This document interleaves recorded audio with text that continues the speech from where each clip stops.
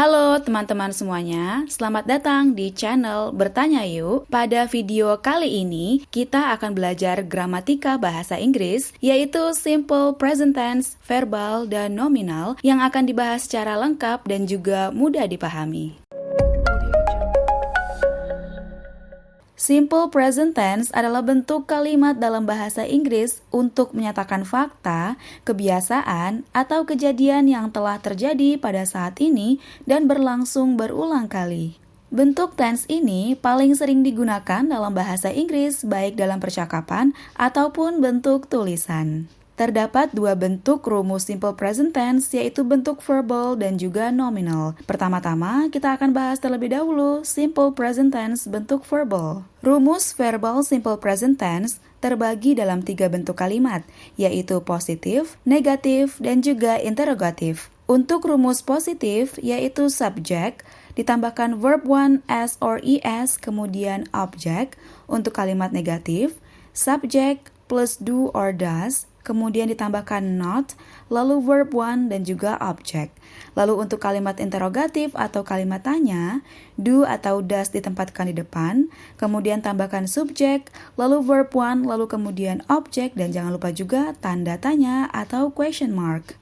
Verb 1 atau juga yang disebut sebagai bare infinitive bisa ditambahkan akhiran s or es atau tidak memakai akhiran sama sekali pada simple present tense. Berikut ketentuan-ketentuannya.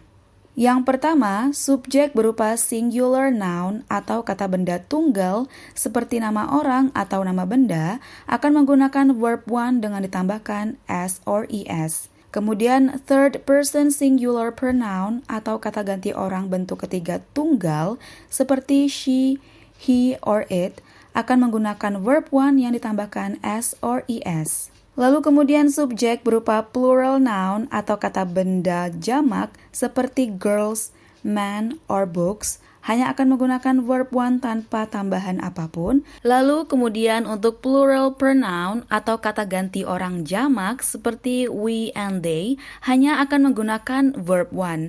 Lalu untuk pronoun lainnya seperti I and you juga hanya akan menggunakan verb 1. Sekarang kita akan coba kepada contoh kalimat verbal simple present tense yang terbagi dalam tiga bentuk kalimat. Untuk kalimat positif, Andy watches television every day, yang artinya Andy menonton televisi setiap hari. Untuk kalimat negatif, Andy does not watch television every day, yang artinya Andy tidak menonton televisi setiap hari.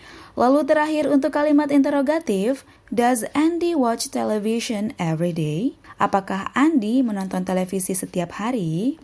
Oke teman-teman, itu dia rumus simple present tense dalam bentuk verbal. Sekarang kita akan masuk pada simple present tense bentuk nominal. Untuk rumus nominal terbagi dalam tiga bentuk kalimat ya, seperti sebelumnya, positif, negatif, dan juga interrogatif. Bedanya dengan rumus verbal, untuk rumus nominal ini, verb 1 digantikan menjadi to be. To be tersebut akan terbagi menjadi tiga bentuk, yaitu is, am, or are. Jadi formatnya untuk kalimat positif, subject plus to be plus complement.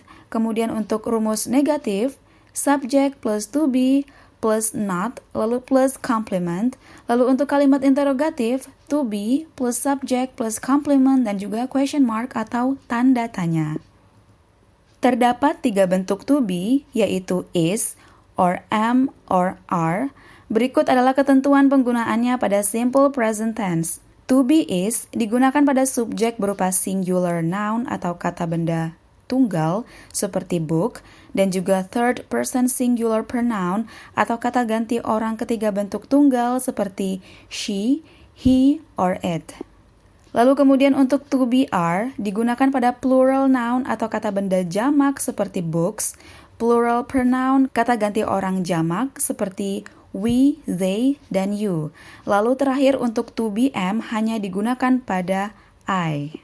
Sekarang kita akan beralih pada contoh kalimat nominal simple present tense yang terbagi pada tiga bentuk kalimat.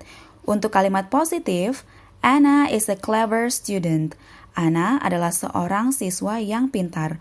Untuk kalimat negatif hanya tinggal ditambahkan not, yaitu Anna is not a clever student. Anna bukanlah seorang siswa yang pintar.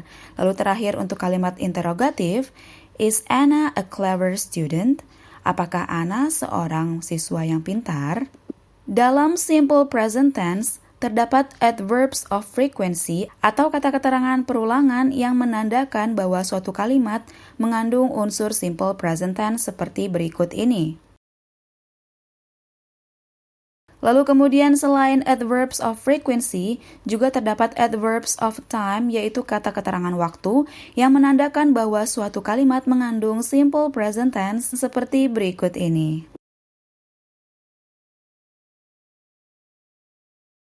Lalu kemudian kita akan membahas bagaimana cara menganalisis kata kerja bentuk pertama atau verb one yang kemudian bisa diberikan penambahan s or es. Berikut ketentuannya.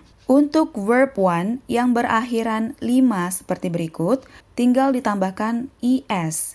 Contohnya, go menjadi goes, catch menjadi catches, wash menjadi washes, kiss menjadi kisses, and box menjadi boxes.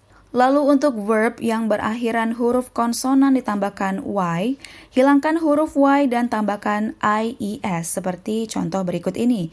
Carry menjadi carries, study menjadi studies. Lalu terakhir untuk verb one yang berakhiran huruf vokal plus y, cukup tambahkan akhiran s. Contohnya seperti berikut ini, play menjadi plays dan say menjadi says. Oke teman-teman, sekarang kita akan masuk pada fungsi kalimat dari simple present tense. Yang pertama, simple present tense untuk menunjukkan kejadian berulang yang berlangsung saat ini. Contohnya, she goes to school every morning. Dia perempuan pergi sekolah setiap pagi. Lalu contoh kedua, I always come on time.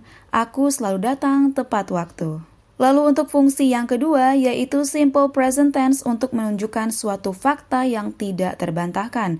Contohnya sebagai berikut. The President of Indonesia is Joko Widodo.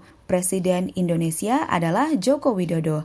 Lalu kalimat yang kedua adalah The sun rises from the east. Matahari terbit dari timur. Lalu fungsi yang ketiga, simple present tense untuk menunjukkan suatu kebiasaan yang dilakukan atau habitual action. Contohnya sebagai berikut. Gary takes a bath twice a day. Gary mandi 2 kali sehari. Lalu kemudian my mother wakes up at 5 a.m. every day. Ibuku bangun jam 5 pagi setiap hari. Lalu untuk fungsi yang terakhir, yang keempat, yaitu simple present tense digunakan untuk membuat simple statement yang berlaku general atau kapan saja, maupun tidak general hanya terjadi saat ini, dan biasanya menggunakan to be. Contohnya sebagai berikut. He is so handsome, yang artinya dia sangat tampan. Statement ini berlaku general karena berlaku kapan saja. Kemudian untuk contoh yang kedua, I am hungry, yang artinya saya lapar. Untuk statement ini berlaku tidak general karena hanya terjadi pada saat ini saja. Oke teman-teman, itu dia pembahasan mengenai simple present tense secara lengkap yang terbagi dalam 2 rumus yaitu verbal dan nominal. Sekarang untuk menambah wawasan kalian dan untuk menambah pemahaman kalian akan gramatika simple present tense ini akan diberikan soal latihan yang bisa kalian coba di rumah. Berikut 2 soal latihannya.